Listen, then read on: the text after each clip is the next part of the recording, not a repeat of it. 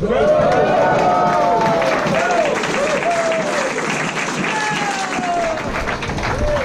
my name is Joe. I'm a crystal meth addict.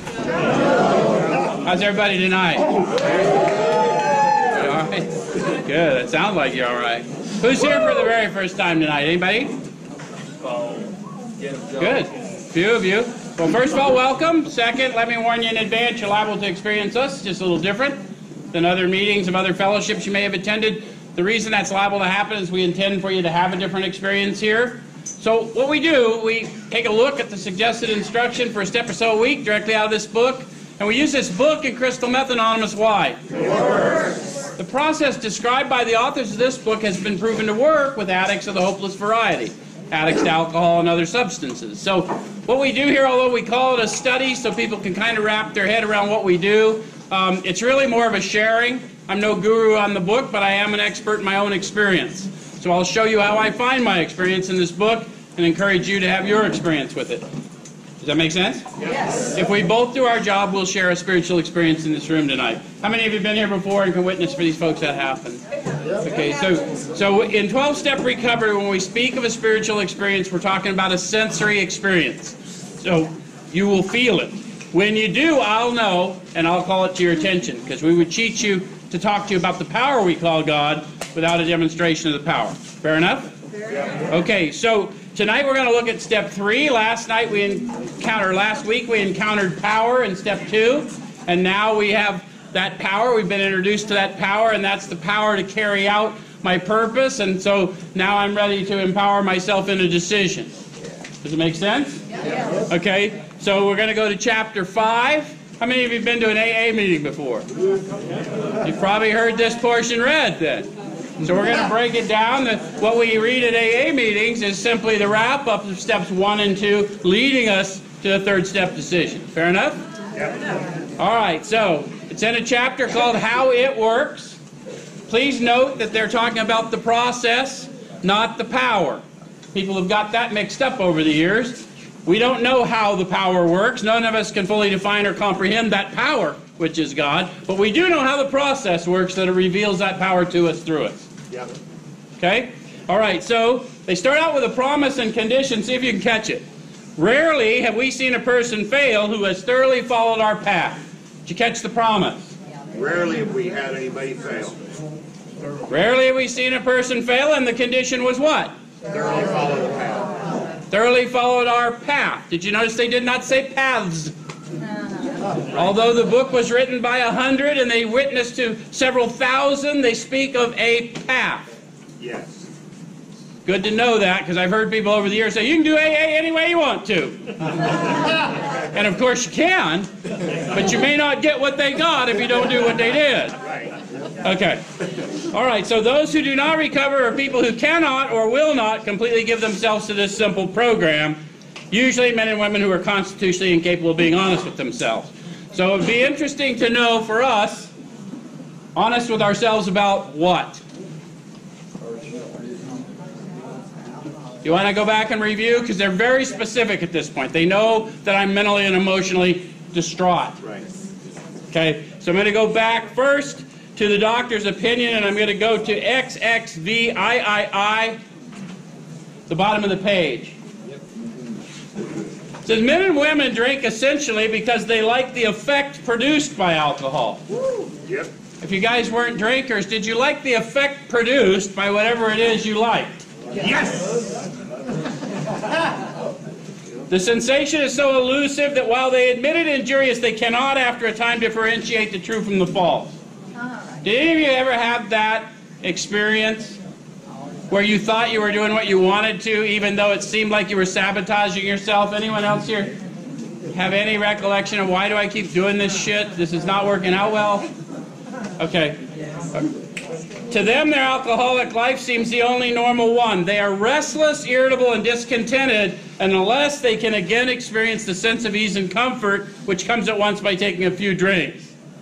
So, if you dare, can you bring to consciousness right now that sense of ease and comfort?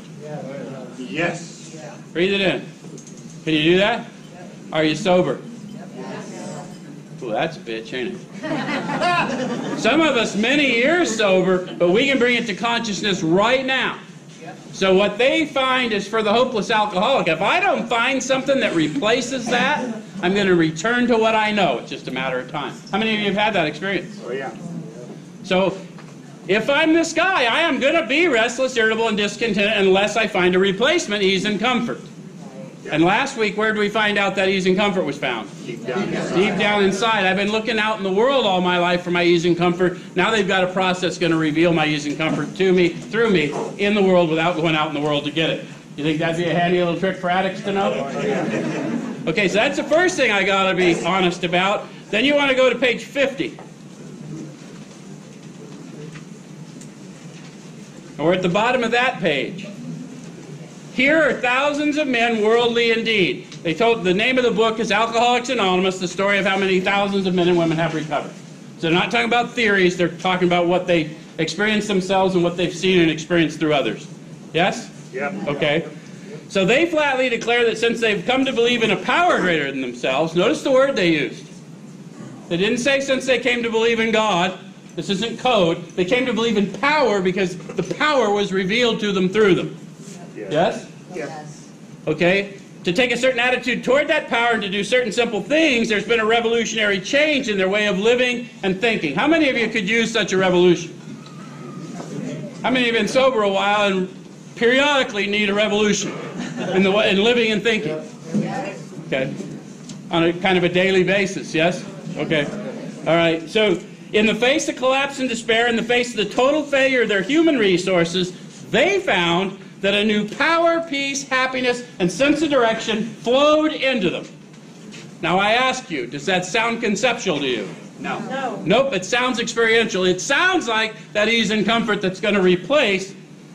And so these guys, half of them were atheists or agnostics, but they got encountered with this power, and then they were told, that's the power we call God, and through these practices and disciplines, you can improve your consciousness, your awareness of being aware of that power in your life.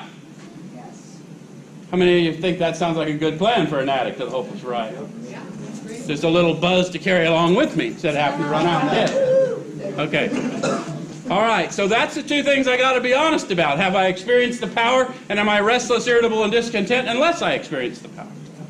Because that would determine whether I wanted to improve consciousness of it, wouldn't it? Right. All right, so then let's go back to where we were. It tells us that there are such unfortunates, so there are people who are not they are constitutionally incapable of being honest with themselves. Have you had that experience? Yeah. How many of you were constitutionally incapable until you weren't? That happens. Okay. All right, so they're not at fault. They seem to have been born that way. They're naturally incapable of grasping and developing a manner of living which demands rigorous honesty. So the requirements are not that tough. I've got to be able to grasp and develop at this manner of living as they lay it out. Yes. Okay? So their chances are less than average. There are those too who suffer from grave emotional and mental disorders, but many of them do recover if they have the capacity to be honest. So how many of you have been around our rooms and have seen those people with grave and emotional mental disorder? Pick them out in the crowd, eh? How many of you have been here long enough to know it's you? The wizardry of this book is they give us the dignity to find ourselves without assaulting our ego. And we learn that by helping others. Does it make sense? Okay. So our stories disclose in a general way what we used to be like, what happened, what we are like now. Notice they were very specific in their words. What I used to be like, what happened, what I'm like now. I was selfish and inconsiderate. I was driven by guilt, shame, and remorse. I encountered this power, and that was lessened. I'm less selfish because I've been given a manner of living that makes sense to focus on others and try and help. I'm less fearful because I've been able to reflect on my past experience and my current condition. Is any of that making sense to anybody? Yes. It's a more impactful witness that something tangible has happened for me instead of an hour of mess. And now I'm all better now. You ever heard one of those? I'm not trying to pick on them. They don't know. They haven't been armed with the facts about themselves. The whole point of this is to get armed with the facts about myself so I can be a proper witness. And by the way, if I know myself better, then I have insight and eyesight, and I don't walk around spiritually blind. Does it make sense? Okay. All right, so if you've decided you want what we have, and you're willing to go to any length to get it, then you're ready to take certain steps. Did you catch the condition there? So how would I know what they had? Luckily, they wrote a book. So let's go to page 25. Because we are alcoholics and addicts and we do make shit up, right? But they wrote it down so we can go, don't listen to those drunks, listen to these drunks. Got me? Okay. The great fact, page 25, middle of the page. The great fact is just this and nothing less. That we've had deep and effective spiritual experiences which have revolutionized our whole attitude toward life, toward our fellows, and toward God's universe. Again, remember the revolution they told us we might need? Now they're promising the revolution that came, even though half of them were atheists or agnostic. Okay? They came to believe in power, even if they didn't agree on theology. Do you understand what I'm saying to you? Okay. The central fact of our lives today is the absolute certainty that our Creator has entered into our hearts and lives in a way which is indeed miraculous. So they went from God cannot be proven to exist to God lives in me. That's kind of wacky, huh? If you come from a church family, that may not seem so weird, but if you come from an atheist or agnostic persuasion, talk about what were you absolutely certain about prior to this? I was absolutely certain if I could get to the dope house, no matter how bad it was, I'd feel different. Not necessarily better, but different. Okay, so they're talking about the same kind of certainty. He is commenced to accomplish those things for us which we can never do by ourselves. So I'm going to jump now back to where we were. And they've told us what we have to be honest about. And now are we ready to take certain steps? You want that kind of certainty in your life? Okay, so then they go on to tell us that at some of these we balked. So do you find some kinship with them? How many of you looked at the step on the wall, didn't know shit from Khmer about it, and go, yeah, that ain't happening? Most people do. I don't ever know which one they're afraid of, but... Right? You know what I'm talking about? Okay. We thought we could find an easier, softer way, but we could not. With all the earnestness at our command, we beg of you to be fearless and thorough from the very start. And they tell you a little more about them. Some of us have tried to hold on to our old ideas, and the result was nil until we let go absolutely. Where is the main problem of the addict?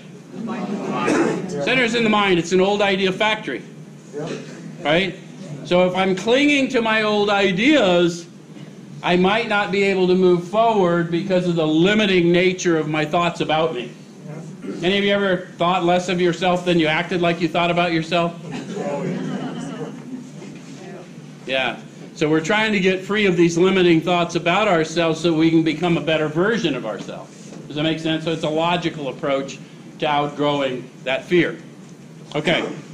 All right. So remember that we deal with alcohol, cunning, baffling, powerful. Without help, it's too much for us, but there is one who has all power. That one is? God. What are they talking about when they say God? Power, peace, happiness, and a sense of direction. Don't get your knickers in a knot because you don't like the word. The word in our instance here is pointing to power, which by now you have experienced. Yep. And if not, then we need to stop and help you experience it. Yep. And because without the power, you will not move into the rest of the manner of living. You may make a half-assed effort, but you'll never try and improve the awareness of being aware of a concept. So unless it's experiential, you'll never get in the walk. You know, that makes sense? We're not trying to be legal here. We're trying to help. Okay. So, may you find him now. Where are we going looking? Inside. Okay. Half measures availed us nothing. Yep. How many of you have been here long enough that it does seem at times that half measures do avail about half? And then what happens? It's temporary. Yeah, usually fleeting and soon lost, right? Okay, so we stood at the turning point. We ask his protection and care with complete abandon. Here are the steps we took, which are suggested as a program of recovery. Now, I'd like you to draw your attention to that, because for years I've heard people about, I'm in the program. You ever heard that? Yeah. I've never read their name in this book. You mean you're in the fellowship? Here are the chairs we sat in, which are suggested as a program of recovery. No. They don't say that, do they? But we lead people to believe that's true. And that's on us. Not being a legalist, giving them the very best chance for a better life. Only if they're asked. But we could quit referring to this as the program when the program's in here. Right. Okay. All right. So I'm going to jump from there over to 60. Many of us exclaimed, "What an order, I can't go through with it." How many of you have had that experience? Oh, yeah. How many of you are sponsoring others and have had them have that experience? Oh, yeah. So are they not demonstrating to you that lack of power is their dilemma? Yes. So when somebody says, "I can't go through with it," or "It's not time to judge or shame," it's okay. Reflect, non-judgment, move on. Does that make sense? Okay. Do not be discouraged. No one among us has been able to maintain anything like perfect adherence to these principles. We're not saints. The point is that we're willing to grow along spiritual lines. The principles we've set down are guides to progress. We claim spiritual progress rather than spiritual perfection.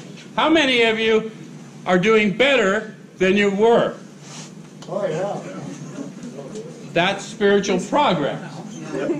How many of you feel better than you did?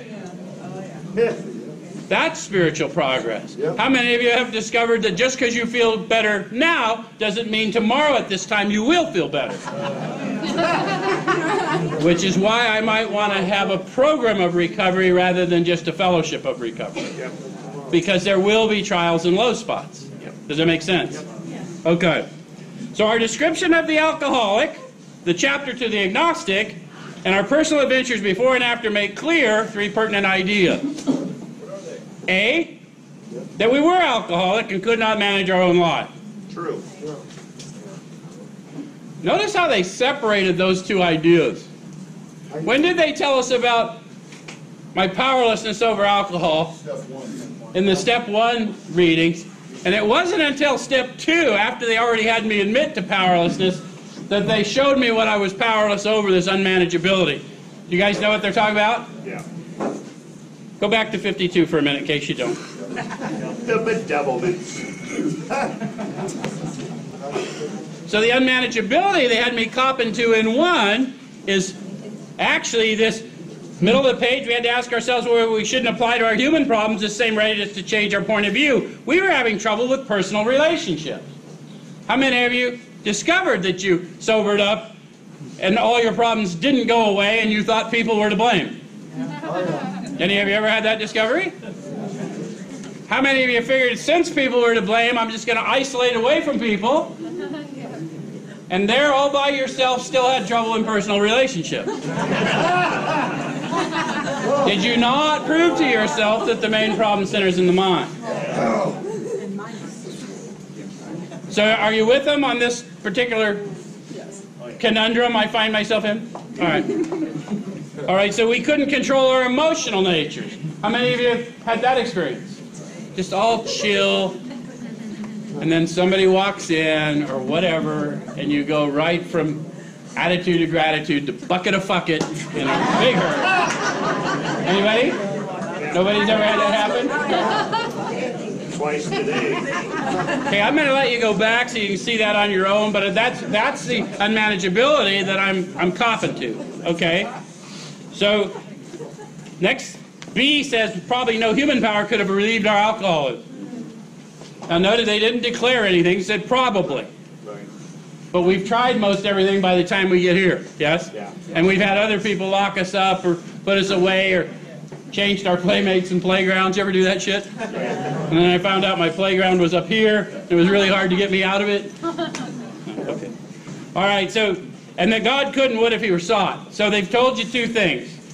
This power will, and I'm going to have to seek inward, right? Because that's what I know from what they've showed me so far. All right, so then it says being convinced. We're at step 3. So what am I convinced of? The first 2 steps, A, B, and C. Yeah, I'm not convinced of any of this other shit yet. I'm just convinced I need help. Does it make sense? Yeah. Okay. So, which is that we decided to turn our will and our life over to God as we understood Him. Just what do we mean by that, and just what do we do? So what do we mean, what do we do? Well, luckily they wrote it down. In simplest form, they're suggesting you might want to take the rest of the steps. Yeah. They've been telling you that all along, right? Okay. So the first requirement is that we be convinced that any life run on self-will can hardly be a success. So are you convinced? Yeah. Because it's a requirement. Yeah. It's not a requirement for you from me, it's a requirement from me if I hope to grow spiritually. Right. This is not a book on how you should behave. This is a book on how if I will try and behave, it won't bother me so much how you behave. Yes. Okay. All right, so are you convinced that any life run on self-will can hardly be a success? Yeah. And what convinced you? The train wreck. The train wreck.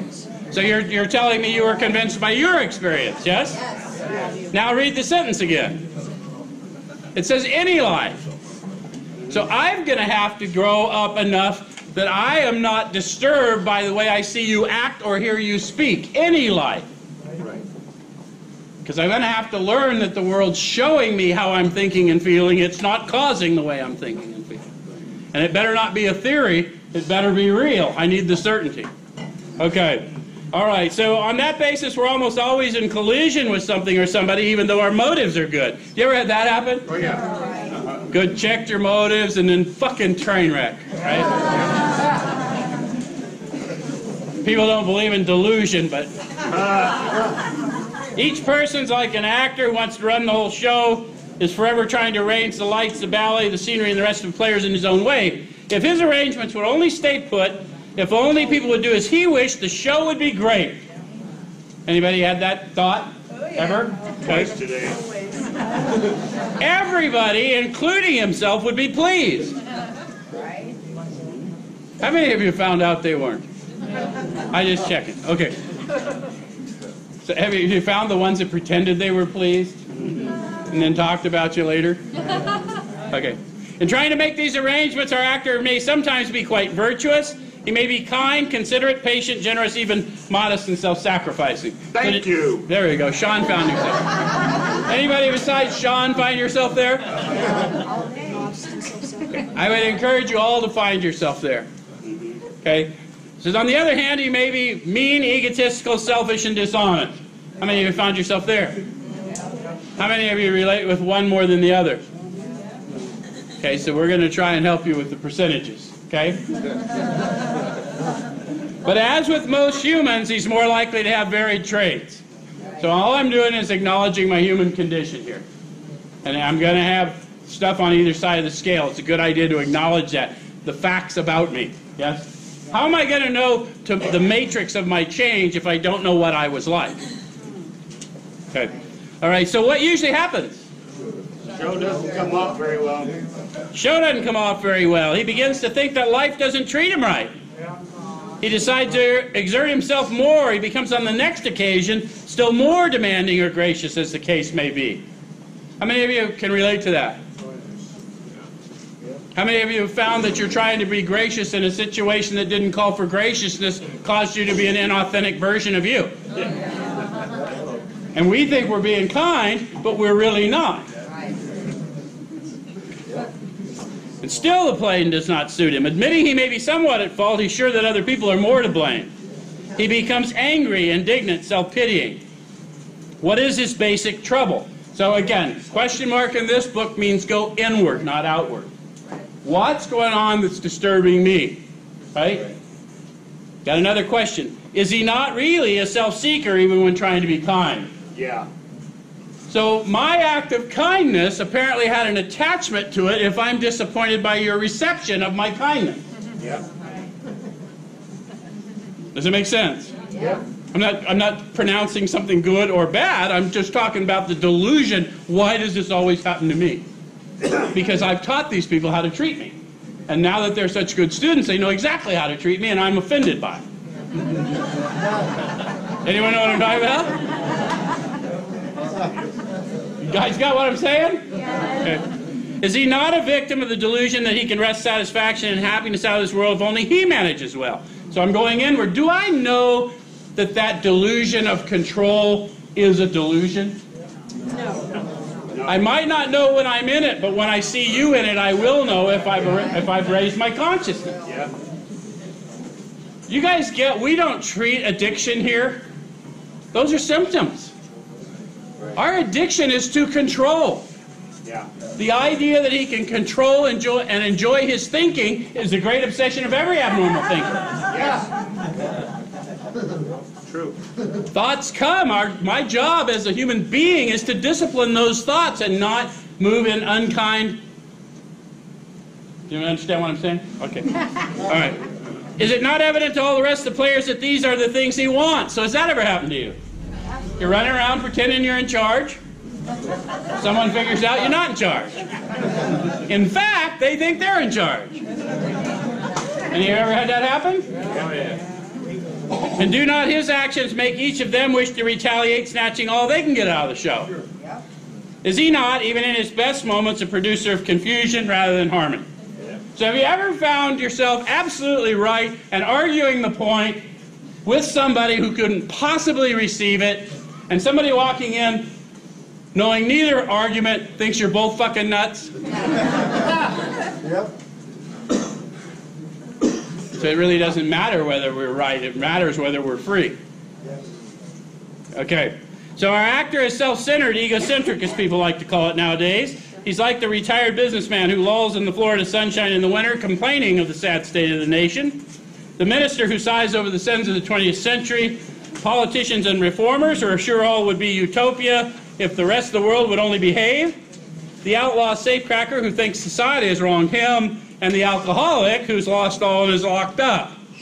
Whatever our protestations, are not most of us concerned with ourselves, our resentments, or our self-pity?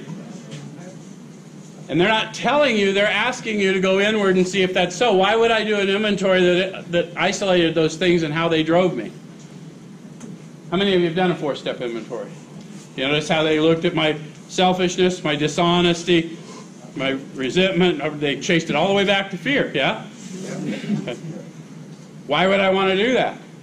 Not to check off a box. All humans got it. I want to know how I think and act as a result, so that when I'm thinking and acting that way, I can discipline my thinker, and when I see you doing it, I know what's driving you, so I can have compassion instead of judgment. Does that make sense? Yep. Okay. So selfishness, self-centeredness, that we think is the root of our troubles. Yep. Driven by 100 forms of fear, self-delusion, self-seeking, and self-pity, we step on the toes of our fellows and they retaliate. Sometimes they hurt us seemingly without provocation, but we invariably find that at some time in the past we've made decisions based on self, which later placed us in a position to be hurt. Now that's a little tricky for many of us that come in here and we've been damaged or mistreated by other people that we had no part in. Yes, because that happens here. First of all, the book's written in past tense, so they're on the other side of it. And even if you had no part in abuse you've suffered, if you're dying of your unforgiveness, we want to help you unpack. You can use that experience to help another. Does it make sense? Okay. So our troubles, we think, are basically of our own making. They arise out of ourselves, and the alcoholic is an extreme example of self-will run riot, though he usually doesn't think so. So, regular people, they're just regular examples of self-will run riot. And I have discovered I'm alcoholic. I'm an extreme example of self-will run riot, and I don't think so. What are my chances? Not good. Not looking good, is it? Did you notice what they told me? Both the problem and the solution are internal. You ever notice that? All the world reflects that. You look at a math problem. 2 + 2 = 4. Problem and the solution, right? Noddy's little trick. Anyway, it's all contained there. Yeah. Okay. Above everything, we alcoholics must be rid of this selfishness. Now they're talking to me, the extreme example. Notice how they're not talking to me about how the rest of the world ought to behave. That was my old manner of living. How many of you have been in the rooms with somebody? I wish those people out there get a program like we got in here. And I'm sitting there going, I wish people in here get a program like we got in here. how to get rid of selfishness out of self-interest. This is not a selfish program like people say. It is a selfless program, but they look very much the same to the uninitiated. Because when you're selfless, you're not tied to an egoic idea of you, so you can be who you are without cowing before them. Any of you ever become a false version of yourself to try and sway them, and then they didn't like you and you didn't like you either? Okay. All right. So we muster, it kills us. God makes that possible, and there often seems no way of entirely getting rid of self without His aid. How would they discover that? They did it. Because they tried every manner they could get to, right? Okay. Many of us had moral and philosophical convictions galore, but we could not live up to them even though we would have liked to. How many of you had that experience? Okay. Neither could we reduce our self-centeredness much by wishing or trying on our own power. We had to have God's help. So now they're using God and power interchangeably. You notice that? Right. Okay. This is the how and the why of it. First of all, we had to quit playing God. That's really disturbing for the atheists and agnostics among us to find out we've been playing God. Why do we quit playing God? Because it doesn't work. But I've not proved it because you told me. I've proved it to you by learning facts about myself. Okay. Next, we decided that here and after in this drama of life, God was going to be our director. So what does a director do? So that whole arranging the lights, the scenery, and the ballet shit's handled. I know, it makes us a little nervous. But if we let things be as they are, and just move as prompted, do things not go better? How many of you found out if you kept your mouth shut, less shit happened?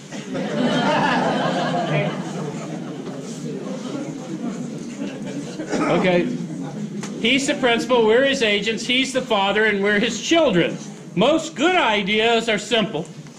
And this concept was the keystone of the new and triumphant arch through which we passed to freedom. So what concept?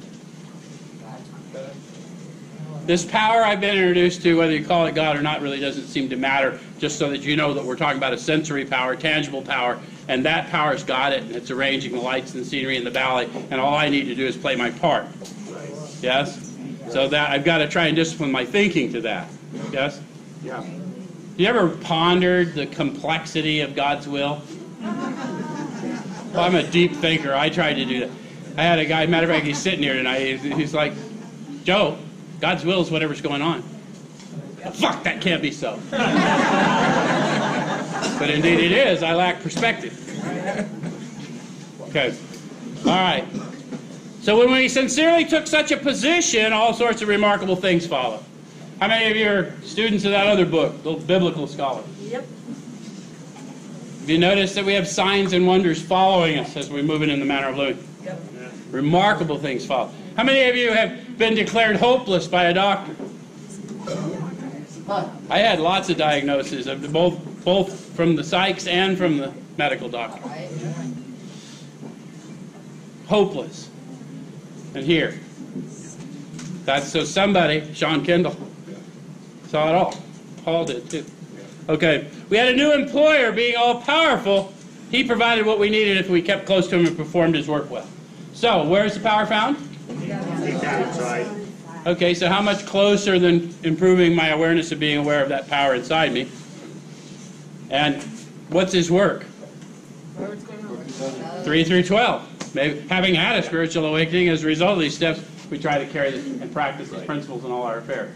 Right. So I'm constantly strengthening my spiritual muscle just by taking the simple suggestions which are improving my life. Does that make sense? Okay. Established on such a footing, we became less and less interested in ourselves, our little plans and designs. So that's a good thing, to be less interested in myself, given that my self-interest was killing me earlier, yeah? Notice how they said little plans and designs. How many of you have discovered that you're part of a bigger plan? More and more, we became interested in seeing what we could contribute to life. Has that happened for you? Yes. Sometimes it's real small things at first. You couldn't hold a job, couldn't show up. Now you're holding a job and you're coming to your meetings and you're keeping your commitments. That's all evidence of power. Does it make sense? Yeah. Okay. As we felt new power flow in. Notice how they keep describing to us the sensory nature of the power. Yep. That doesn't sound conceptual, does it? No. When you feel power, how many of you have felt power? Yes. Okay. Then they talk about the effects. As we enjoyed peace of mind. Yep. So when you feel power, you will enjoy peace of mind. Power, peace, happiness, sense of direction. When you have peace of mind, what's that mean to us addicts? No more conflict in my thought life. Right. It just stops. As we discovered we could face life successfully. How does that happen? We walk through it. You guys, do you agree with Sean? Have you noticed as you move through your steps and you start making your amends for harms done, you start paying your bills, start doing those things, you find out you are facing life successful. Yep. The circumstance didn't go away. You were empowered to walk through the circumstance. You came out the other side less fearful, less shameful, less remorseful. Yes? Yes. As we became conscious of His presence. So if we're still trying to do this conceptually, we've missed it. Conscious of His presence suggests awareness of being aware of that power in my life. How many of you have found that when you meet people that have had this experience of Spirit, and you talk to them about the Spirit, you feel the Spirit? Yep.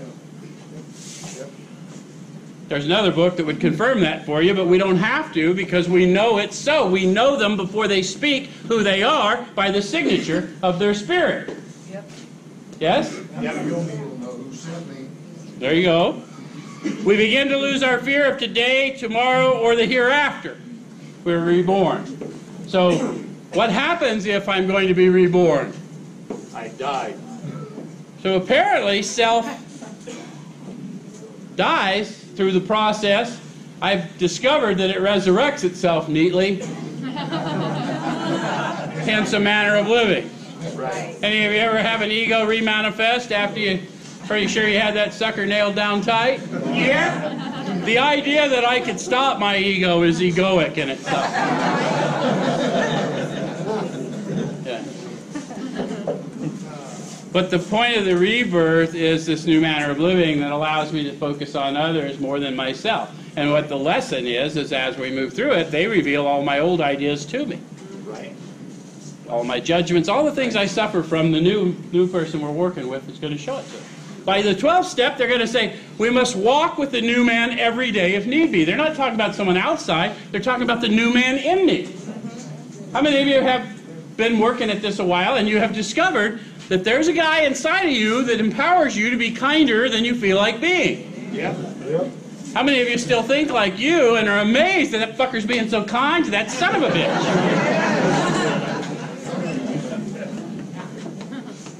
Okay. So we are now at step 3.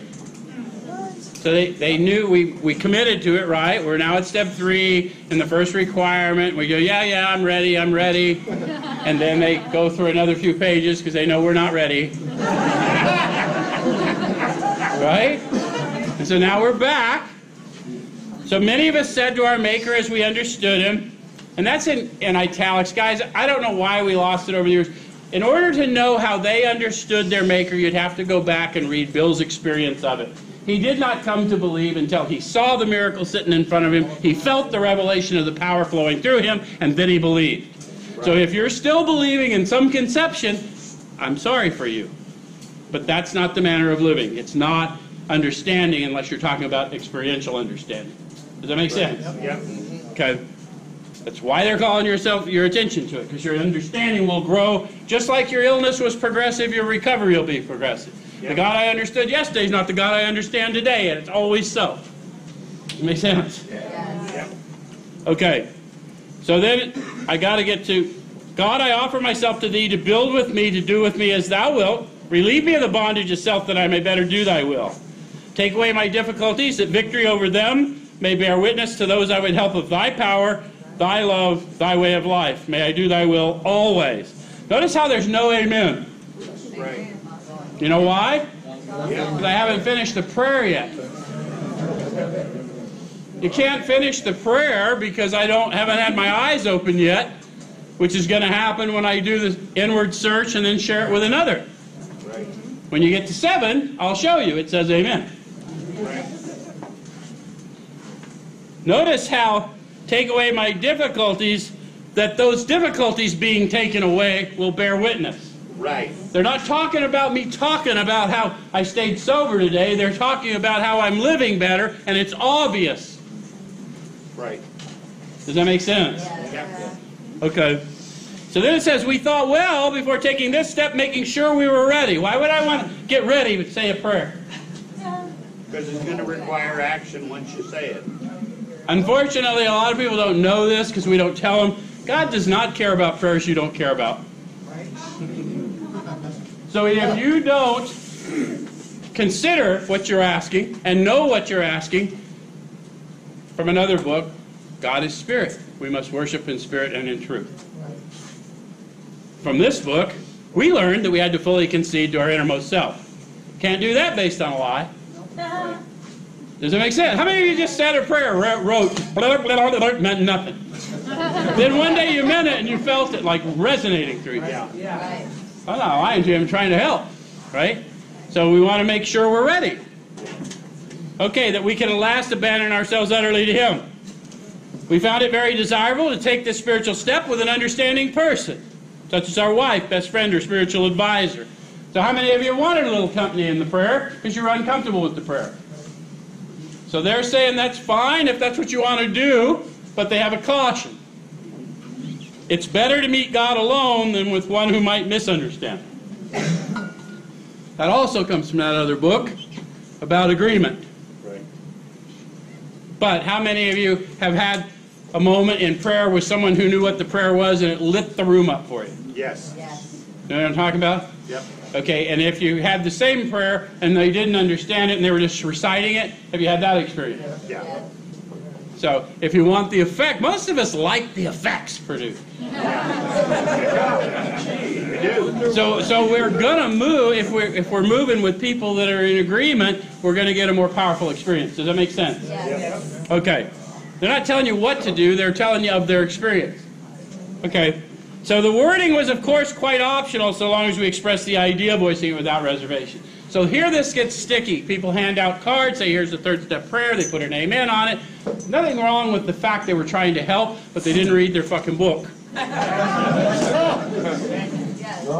I'm just telling you that what these people are telling you, and the wording, how many of you speak in King James language? Sean Kendall's the only one. So if you don't speak in King James language, just leave all of these and thous out and speak to the power the way you speak, because the power knows how you speak. The power hears every groan you made in your addiction. Yep. Any of you groan in your addiction? Oh, yeah. You get what I'm saying? I know you guys are waiting for me. Papa, can you help a motherfucker out? That's what we tell people.